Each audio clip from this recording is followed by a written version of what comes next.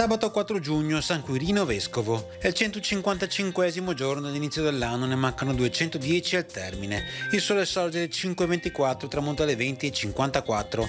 La luna sorge alle 9:17, tramonta a mezzanotte e 26.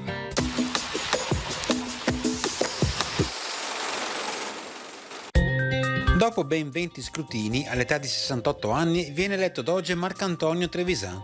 Il ritardo e l'incertezza sulla sua elezione erano dovute alla sua ben nota bontà d'animo e innocenza, venendo quindi ritenuto inadatto a ricoprire la massima carica della Repubblica in quei tempi difficili.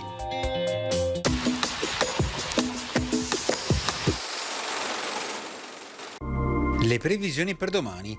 Fino al mattino cielo sereno, poco nuvoloso. Tra il pomeriggio e la sera nuvolosità in aumento fino al cielo anche nuvoloso su rilievi e zone limitrofe e poi successivi rasserenamenti. Precipitazioni assenti nella prima metà di giornata.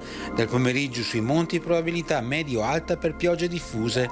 Verso sera sulle pianure andando da nord a sud probabilità da medio-bassa a bassa per piogge da sparse a locali. Si tratterà di piovaschi, rovesci o temporali. Temperature più alte prima dell'aumento della nuvolosità e dell'arrivo delle piogge, poi in calo, differenze anche sensibili rispetto a sabato.